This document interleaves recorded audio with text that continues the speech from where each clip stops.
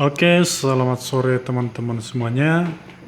Kali ini akan saya membuat sebuah video tutorial untuk menjawab pertanyaan beberapa teman kita yang masih menggunakan receiver digital parabola di rumah, tapi yang sudah memakai TV kabel.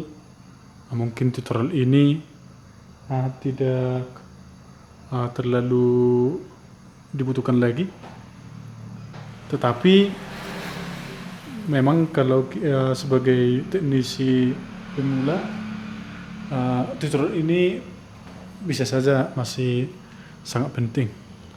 Oke, pertanyaan yang kemarin mengenai bagaimana cara tracking satelit Palapa dan Telkom dalam 2 LMB gambar, karena ada beberapa teman kita katanya ketika posisi siarannya pada posisi Palapa dan kemudian masuk ke channel Telkomsel, tidak ada siaran yang dapat channel, tetapi setelah parabola diangkat kira-kira beberapa centi ke atas, akhirnya Telkom juga bisa ditonton.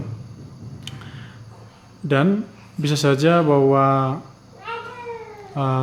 channel tersebut tidak bermasalah lagi pada tracking satelit, tetapi bisa pada pengaturan pada receiver.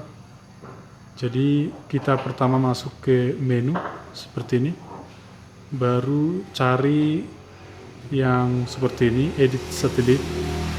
Kemudian perhatikan Palapa itu dia harus menggunakan frekuensi 5150 MHz yang harus kita sesuaikan dengan frekuensi LMB.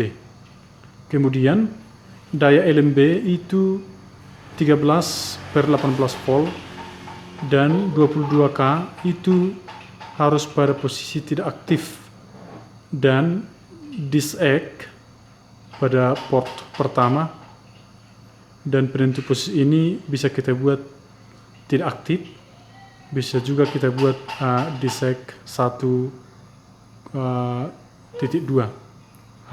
Posisi seperti ini berfungsi untuk menangkap siaran yang terdapat pada satelit Palapa. Kemudian Telkom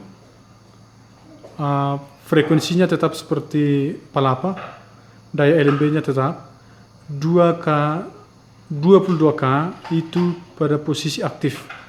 Jadi teman-teman sekalian, yang menjadi permasalahan seperti masalah yang pertama yang kita bahas, biasanya itu antara aktif dan mati pada 22K di posisi satelit Telkom.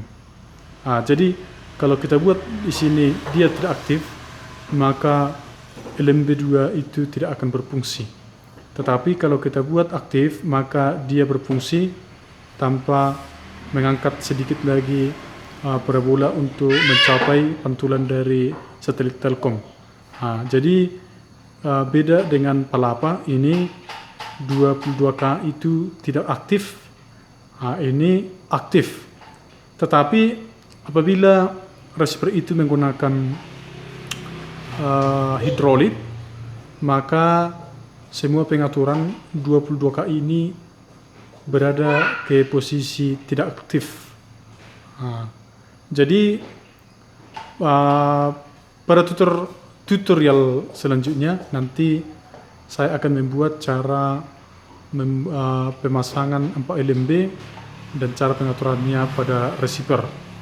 Jadi teman-teman, mudah-mudahan tutorial ini berfungsi dan bermanfaat bagi teman-teman teknisi yang baru pemula, dan ikuti terus tutorial saya di pertemuan-pertemuan selanjutnya. Terima kasih.